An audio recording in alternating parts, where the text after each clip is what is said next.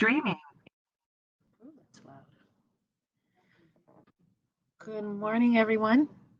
I hope you're enjoying this hump day, and I'm trying to get over this hump. It's a little bit warmer, slowly warming up. No one's talking about that dirty four-letter word, starts with an S, ends with a W. So spring is on its way. I'm glad. Get to the park if you can. Get to any park if you can. Walk, let that sun warm your face. It's beautiful. Um, Want to let you know that we do offer tutoring. Some of you have asked about that. And we offer tutoring every day, Monday through Friday, between the hours of 9 and 11 a.m. and then 1 to 3 p.m. every single day. You can make an appointment if you like, but you can also walk in. So I want to let you know that's available. Also wanted to let you know that during the lessons, you are free to respond in real time. If there are any things that you need clarification on, if you have questions, comments, concerns, you can let us know. There's some of you who use that chat, and it is open for you always to ask questions. So today we're going to start in reading with reviewing our excuse me one second, in live class right now. Text me. So we're going to start reviewing our chronological verse sequence, then go on. And then I have a reading skill summary that I want you to do, which is basically to read a passage and then apply the lessons that we've learned. You're going to see more of these, and I'll go over them tomorrow. So I have not supplied a key today. So you will have answers tomorrow. So let's take a look here. Let's share our screen. And oh no, I want to do the review. Okay. That's the chronological sequence. So I'm going to share this with you. We're going to run through this really fast. It's not going to take us but a minute. Okay. So we have to sort these keywords and phrases that are examples of chronological order or sequence. So to review, chronological order means that a passage is organized by time, by dates or the time they occurred, and that for a sequence, you have steps in a process or an event, like following a recipe. And when you're baking, if you don't go in those steps, you got a disaster. So let's take a look at this one and see what we can do. I'm going to move some things around. So following that, this first one, dates, would go under chronological order. Um, Instructions might tell you something to do first, second, third, right? How about an autobiography? When we're talking about someone's life, it's going to follow events by the dates or times they were occurred. You know, like I was born in 19. Then I graduated from high school at this particular year, went on to college, graduated from that. So if you're telling a story, you're going to follow dates if you're talking about someone's life story. So a recipe, again, we said we want to follow those steps in sequence, right? A timeline, that's easy. That's going to refer to chronological order because the word or the prefix chrono refers to time. Directions, usually are in a sequence, right? So also when we're looking at the word finally, so first, second, and then finally, you're following a sequence.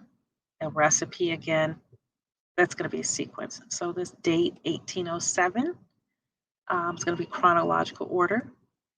Our word first and how to is going to we got to think about that one. So steps in a process that are followed in order. I think that would be sequence, and then our organizing events by the date or time they occurred is going to be our chronological order. And then we have a biography where I'm giving an account of someone else's life, still going to follow that in time. Oh, and then we got a date that snuck over there, which is going to be chronological as well. A how to. Oh, a how to. Okay. So, how to put a bookshelf together. So, when you get those kits and you got all those pieces and then you got the little screws and you got all that and you're looking at that, you're like, "What?" And then you have to read the directions that are going to give you steps that are followed in order, a how to, right? Or a how to anything. If you look online, like you got a clog in your sink, a how to, it's going to tell you what to do in what particular order. Here's another one. Um, let's just do this real quick. I'm not going to do all three. So preheat the oven to 375 and put the cookies on the tray. That is a sequence. Remove the glass dome and carefully unscrew the light bulb. You got to do what first? Remove the glass dome. Okay. 3 years later, she published her first novel. We're speaking about time. Bubble gum was accidentally invented in the early 1900s. There's a date. After you draw the body of the lizard, carefully shade it in. You got to draw the body first. Coretta and Martin were married on June 18th, 1953. There's a date. Then pour the meat and sauce over the noodles and stir well. So that is a sequence. We're following a recipe. And again, here's a date. Walt Disney World opened in Florida on October 1st, 1971. So there we have with those. There's a last one I'm not going to do. I've attached it. If you'd like to play with it and do that last one on your own, you are more than welcome to do so. So we're done with that. Now I want to go to problem and solution. Let's take a look first at problem and solution signal words. Come on, dear. We're good. Let's look at, come on, can we check it? Can we click it? If not, I'm going to do this. I think I've got a picture. Do I? No, you don't. Something just happened here. Hold on, it's frozen. There we go. So there's our problem and solution. There's our problem and solution. I'm hoping you're seeing what I'm seeing. Nope, you are not seeing what I'm seeing. Try this again. Problem and solution signal words. There we go. So the signal words are problem, solution, obviously, right? Issue, sense, as a result, an idea, so leads to, and causes. And what we want to do is ask ourselves, what is the solution and what is the problem? We also want to look for the problem first and then the solution. Let's go now and take a look at some problems here. And I've got to open this with Google Slides or because it's so little. Okay. So I'm gonna, these were pictures, I think. Just gonna take them out so we can write in there. All right. So a problem and solution is one type of text structure, as we've talked about, medical alert. So these are different types of medical issues.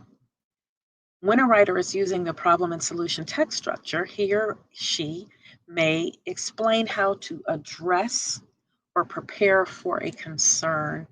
So here we are to read each paragraph and use this graphic organizer to show the structure of the text. And we're starting with the problem. And on this side, we're going to put our solution. And so then they want you to, excuse me, fill in the missing boxes with the appropriate information. Having a cold is no fun. Coughing makes it hard to fall asleep. A sore throat is painful. Try some tea with honey in it. The honey will soothe your throat. There may be no cure for the common cold. You can treat the symptoms though. So, what is the problem? That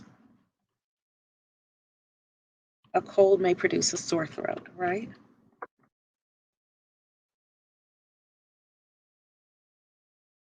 Oh, I didn't mean to type it in because let's see if we go here. A cold may produce a painful sore throat. That's our problem, right? So on this side, how can we fix that? Our solution, try some tea with honey in it.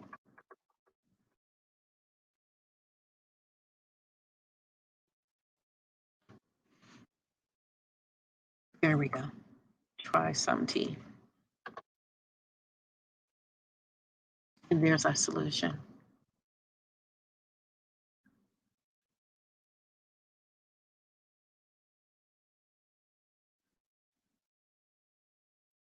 Okay, next one, a muscle sprain is a tear in a muscle. Sprains happen when a muscle is twisted or overstretched, and they can be painful. If you sprain a muscle, you should ice it immediately. Putting ice on a sprain will reduce swelling and pain, and it may stop internal bleeding too. What is the problem? A torn muscle, right, can be painful, can swell, and cause internal bleeding. That's our problem, right? It can painful. It can cause swelling and pain. Well, it can cause swelling as well. It can cause swelling and internal bleeding, right? So the problem results from a torn muscle or a sprain. So what is the solution? You should ice it immediately. Come on, where are you?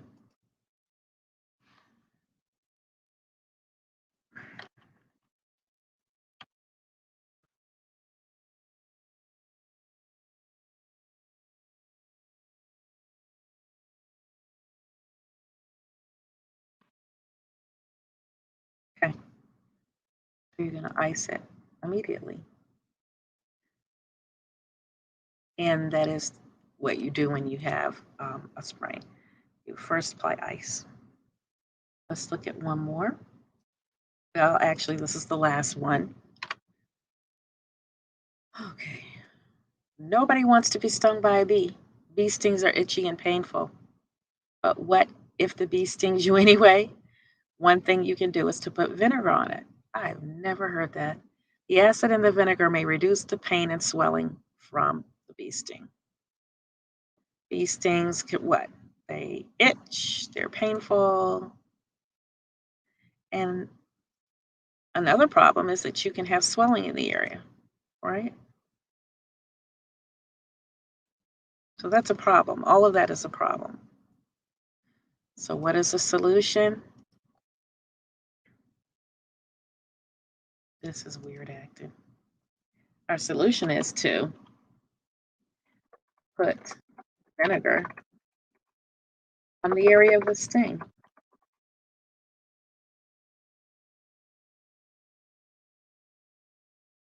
And it, again, takes care of our symptoms, right? So we're going to put vinegar on it. So these are pretty obvious Well, I hope they are. Maybe they're not. But we're just looking for solutions, and they have been made kind of simple, but you'll see this in reading. So look for the problem and then look for the solution. Look for the problem first and then the solution. So we're going to move on, and this is going to be real quick because I'm just going to show you what I have assigned for you. This last piece is, again, it's called our reading skills summary, where they make this so strange. You have to really blow up the first page. It's so weird. Blow up the first page. This is your passage. 4 out of doctors recommend, and we hear this in commercials. What 4 out of 5 doctors recommend. So what this is analysis of what the heck does that mean, and does it mean anything important, or is it just something they say to make me buy a product? And it has a little math in there, really, really basic, but really we want to see what your understanding is. So you're going to read this passage rather, which is this right here, boom, boom, boom, and then answer your couple little questions about the subject, the supporting details, right? And a lot of times the main idea will be in the title. Supporting details, conclusion, clarifying devices or passages that intend to deeper understanding, and then also there's some vocabulary. So this pulls together a lot of the skills that we've been focusing on. I want you to work on this by yourself, and we will go over that on Friday. So that's all we have for today. And everyone be well, and I will see you tomorrow, hopefully for science and writing. Take care.